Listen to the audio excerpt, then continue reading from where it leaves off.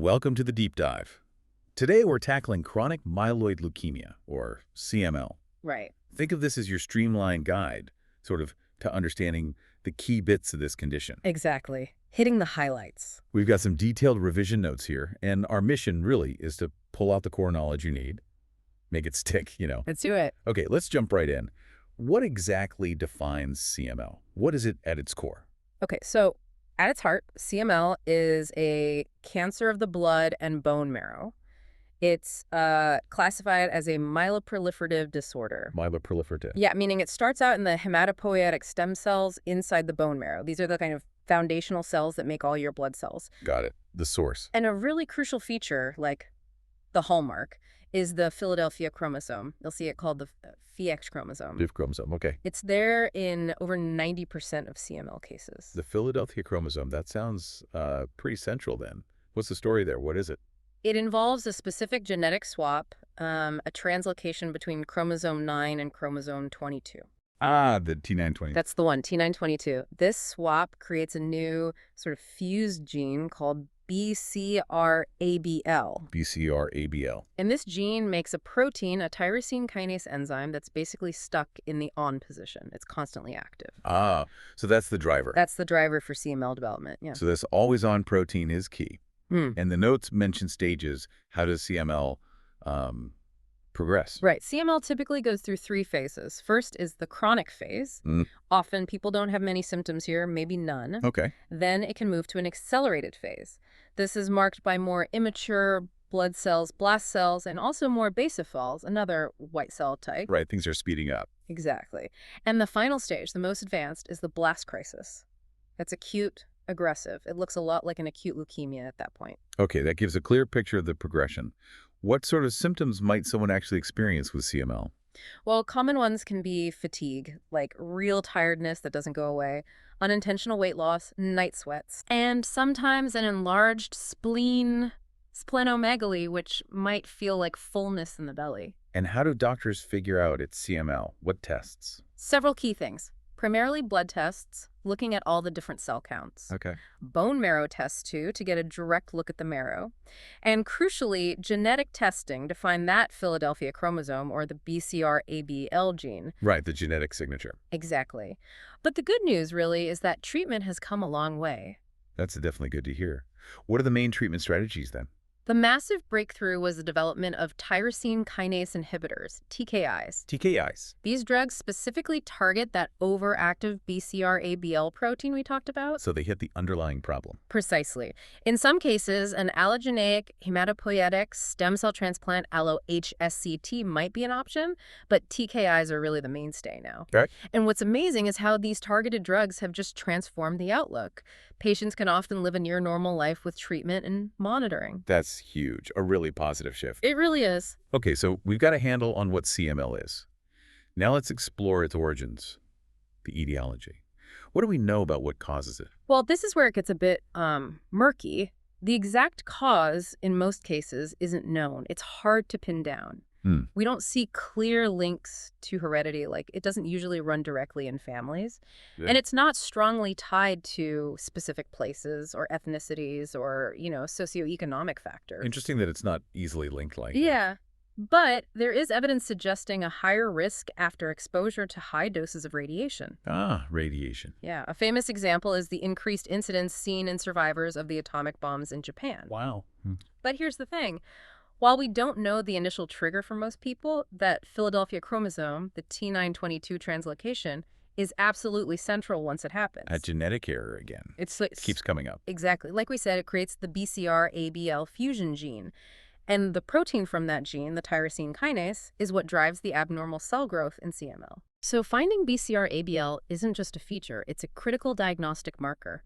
And crucially, it's the target for those TKI drugs. Ah, which explains why they work so well. Precisely. It's a direct link between the cause, the molecular mechanism, and the treatment. That connection is really clear. Okay, so who might be at higher risk? What are the risk factors we know about? There are several factors linked to increased risk. Age is a big one. The chance of getting CML goes up as you get older. Makes sense. Gender plays a small part too. It's slightly more common in males. Okay. And any genetic links, even if it's not usually inherited directly. Well, while CML itself isn't typically inherited, maybe having a family history of certain other blood cancers or some rare inherited genetic mutations might slightly increase the risk. Got it. And we mentioned high-dose radiation exposure already. That's a known factor. Also, having had previous cancer treatment with certain types of chemo or radiation can increase the risk down the line. Right, iatrogenic causes. Yes. And there are a couple more. Smoking has been linked to a higher risk. Smoking, too. Interesting. Yep. And some environmental things like exposure to certain toxins, maybe in the workplace, are considered potential risks. But viral infections, not really associated with CML. Okay, so a mix of things. Is there a way to remember these? Yeah, you could use the acronym AGGRIP. It helps pull them together. AGGRIP. Okay, break it down. A for age, G for gender, another G for genetics, thinking, family history, or those rare mutations, R for radiation, I for iatrogenic, meaning prior treatment, and P for pollutants, or potentially smoking fits there too. AGGRP. Age, gender, genetics, radiation, iatrogenic, pollutant, smoking is really handy. Hope so. Okay, so we've got the definition, causes, risk factors. Now, let's get into the nuts and bolts of what's actually going wrong inside the body, the pathophysiology. Right. So the whole process kicks off with that key genetic event, the Philadelphia chromosome from the T922 translocation. This creates the abnormal BCR-ABL1 fusion gene, which, as we said, makes a tyrosine kinase enzyme that's just constantly on. It's constitutively active. Like a faulty switch stuck on. Exactly. And this constant on signal tells myeloid cells in the bone marrow to just grow and divide uncontrollably. Myeloid cells specifically. Yes. CML mainly affects the granulocyte line. So neutrophils, eosinophils, basophils, you get this massive overproduction of these white blood cells. Okay. And lots of them are immature cells, the blasts. They start building up in the bone marrow and then spill out into the blood. So the bone marrow just gets packed with these abnormal cells. Totally. It gets overcrowded. And this crowds out the normal cells, trying to make other important things like red blood cells and platelets. That leads to problems. Yes, that's why you see symptoms like fatigue from anemia, not enough red cells, and maybe more infections, because the functional white cells might be low or not working properly. It's like a factory. Yeah. Imagine a factory where one machine goes haywire and starts churning out faulty widgets like crazy. It uses up all the space, all the power, all the raw materials, so the other machines making useful stuff can't operate. That factory analogy really clicks. Okay. Now, CML sounds quite specific, but are there other conditions that might look similar initially? What about differential diagnoses? That's a really important question for doctors. Yes, there are other conditions, especially other myeloproliferative neoplasms that can share features. Key ones include polycythemia vera, that's mainly too many red blood cells, essential thrombocythemia, which is too many platelets, myelofibrosis, where a bone marrow gets scarred, and sometimes a leukemoid reaction, which is a really high white count, but usually it's a reaction to something else, like a severe infection, not cancer itself. So similar blood results on the surface, maybe. Could be, yeah. High white count, maybe anemia. That's why you need the full workup, the bone marrow test, the genetic testing for BCR-ABL. Those are crucial to nail the diagnosis and tell CML apart from these other things. Makes perfect sense. Need that specific evidence. Okay, how common is CML? Let's touch on the epidemiology. Right. So the annual incidence, the number of new cases each year, is around 4.2 per 100,000 people. Okay, not super common, but not vanishingly rare either. Exactly. And if you look at all leukemias in adults, CML makes up about 15% of them. 15%. Now, here's an interesting point about age. It's pretty rare in children. Only about 5% of childhood leukemias are CML. Only 5%. Wow. Yeah. The median age when people are diagnosed is actually around 72 years old. 72. So it's much more common later in life. Definitely. Quite a contrast between kids and older adults. That age distribution is really striking. Okay, we've laid a lot of groundwork. Now let's picture the patient walking in. What might they actually be experiencing? The clinical presentation, symptoms, and signs. Okay. So symptom-wise, we've mentioned some already. That persistent fatigue, night sweats, losing weight without trying. Some people feel full quickly when eating or just generally feel bloated or uncomfortable in their abdomen, and sometimes sharp pain in the upper left side of the belly. What causes that pain? That can be from the spleen getting so enlarged it causes discomfort, or sometimes even a splenic infarct, where a bit of the spleen tissue dies due to lack of blood supply. Ouch. Okay. And what might a doctor pick up on examination? The most common sign by far is that enlarged spleen, splenomegaly. You can often feel it below the ribs. Right. An enlarged liver, hepatomegaly, can happen too. Sometimes enlarged lymph nodes, though maybe less common than in other leukemias. Okay.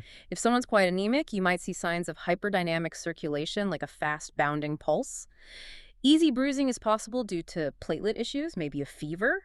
Right. And interestingly, gout can occur. Remember that factory analogy? All that cell production and breakdown releases purines, which can turn into uric acid and cause gout. Ah, connects back to the pathophysiology. Exactly. And in less common situations, if the white blood cell count gets extremely high, you can get something called hyperviscosity syndrome. Hyperviscosity. Yeah. Thick blood. Yeah, essentially. The blood gets too thick, and that can cause serious problems like blurry vision, priapism, which is a persistent, painful erection strokes, confusion. Wow, those sound serious. They are, but thankfully less common. Hmm. It's really important to remember, though, that most people, like 85–90%, are diagnosed in that initial chronic phase. Right. And some of those might not have any symptoms at all. It might just get picked up on a routine blood test. So it varies quite a bit. That variability really highlights why those diagnostic tests are so essential. So let's walk through those investigations again. How is CML actually pinned down and then tracked? Okay, so when CML is suspected, the first stop is usually the full blood count, the FBC. What does that typically show? Often a high white blood cell count leukocytosis. And importantly, you see a whole spectrum of granulocytes, from immature blasts to mature neutrophils, plus often increased eosinophils and basophils. Like a whole factory line spilling out. Kind of, yeah. Platelets might be high, low, or normal. And there's often that normochromic, normocytic anemia, meaning red cells look normal, just fewer of them. Okay. And looking at the blood film itself. The peripheral blood smear is key. Under the microscope, you see that same range of maturing cells. It almost looks like a bone marrow sample itself, which is quite characteristic. Ah, okay. What about blood chemistry? Routine things like urea and electrolytes, UNEs, are usually normal, but LDH, lactate dehydrogenase, is often high. That's a marker of cell turnover. And serum urate might be elevated, tying back to that gout risk. Got it. So blood tests give strong clues. Then the bone marrow. Absolutely essential. Bone marrow aspiration and biopsy. This confirms the diagnosis. What do you see there? You can quantify the percentage of blasts and basophils important for staging. You assess if there's any fibrosis or scarring in the marrow. And critically, you get material for the genetic tests. For the Philadelphia chromosome. Exactly. Cytogenetics looks for the FH chromosome, directly finds it in about 90% of cases. And then more sensitive tests like FAH or PCR look for the BCR-ABL gene or its RNA message. These can pick it up even if the chromosome looks normal sometimes. Very thorough. And once treatment starts, how do you monitor a response? Monitoring is vital. We track the response on different levels. Cytogenetic response means checking if the FH chromosome is disappearing using karyotyping or FISH on marrow samples. Okay. Then there's molecular response, which is even more sensitive. We use PCR on blood samples to measure the amount of BCR-ABL RNA. The goal is to get that level very low or undetectable. Measuring the actual activity of the faulty gene. Precisely. And sometimes, especially if treatment seems less effective, we do BCR-ABL mutation analysis.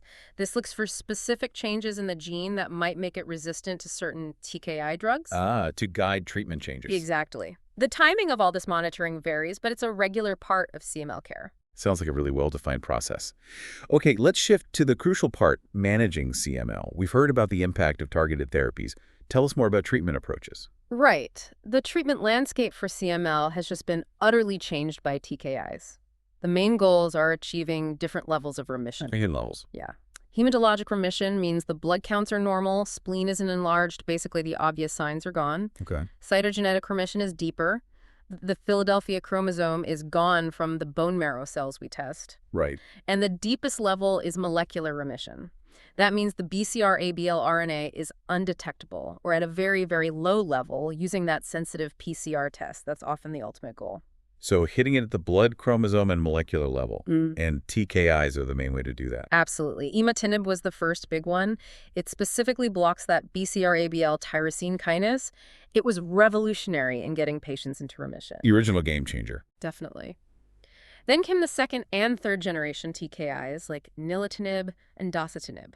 These were developed partly to overcome resistance that could develop to imatinib. Tackling resistance. Yes. And they might work against certain mutations in the BCR-ABL gene that imatinib doesn't hit as well. Research is always ongoing, looking for ways around resistance, maybe using combinations of drugs, too. Makes sense. What about official guidelines, like from NICE in the UK? What do they suggest? Generally, for newly diagnosed adults in the chronic phase, standard dose imatinib is often the first recommendation. Okay, start with imatinib. But nilotinib and dasatinib are also options as first-line treatment in some situations. If someone becomes resistant to standard dose imatinib, the guidelines usually recommend switching to nelatinib or dasatinib, rather than just increasing the imatinib dose. Okay, clear alternatives if needed. Any newer drugs coming through? Yes, things are still evolving. There's asciminib, which is another TKI, approved for patients who've already tried 2 or more TKIs and don't have a specific resistance mutation called T315I. Another tool in the toolbox. Exactly, and there's ongoing research into other pathways like IRAK14 inhibitors, which might help in imatinib-resistant cases, maybe used alongside TKIs. Still early days for some of those, though. Interesting. And what about stem cell transplants? You mentioned them earlier. Still used? Yes, allogeneic stem cell transplant still has a role, but it's used much less now thanks to TKIs. It's mainly considered for patients who are resistant to multiple TKIs or if the disease progresses to the accelerated or blast phases. It's more of a backup option now. Kind of, yeah. The decision is complex, depends on the CML phase, the patient's overall health, age, what treatments they've had, their specific CML genetics. But TKIs are so effective for most people in the chronic phase. It really is amazing how targeted therapy has shifted things. So with all this, what's the long-term picture? The prognosis for CML patients today? It's dramatically better, truly. Before TKIs, the outlook was pretty grim. Now, with TKI treatment started early, the 5-year survival rates are over 90%. Over 90%. That's incredible compared to before. It is. Compare that to maybe 33% back in the day. And 10-year survival rates are also way up around 84% now, compared to maybe 11% pre-TKI. Huge difference. Massive. And we see a large majority, like 70–90%, achieve that complete cytogenetic response, the disappearance of the FISH chromosome. Wow. So for most people diagnosed in the chronic phase today, the expectation is that they can live a normal or very close to normal lifespan with ongoing treatment and careful monitoring. That's such a hopeful message. It really is. And that mutation analysis helps too. Identifying resistance early means treatment can be adjusted quickly to keep things under control. So CML has really shifted from being, often fatal fairly quickly, to being a manageable long-term condition for many. Precisely. It's one of the poster children, really, for how understanding the molecular basis of a cancer can lead to incredibly effective targeted therapies. Well, this has been a fantastic deep dive into chronic myeloid leukemia. We've really covered the ground definition, causes, risks, pathophysiology, differential, how common it is, symptoms, tests, management, and that much improved prognosis. Covered a lot. I think the key takeaways for you listening have to be that Philadelphia chromosome, T922. The BCR-ABL gene. The core genetic lesion. And the transformative effect of those tyrosine kinase inhibitors, the TKIs. Absolutely. And maybe the final thought is just that journey from a really feared diagnosis to something that, while still serious and needing lifelong management, is often compatible with a long and full life. That's down to scientific progress. A really powerful example of medical advancement. For those of you wanting to cement this knowledge or explore further, definitely check out PassThemCellRay.com. Great resource. And also FreeCellRay.com for more revision tools. They're both excellent for digging deeper. Thanks so much for joining us for this deep dive today. Thank you. It was great talking it through.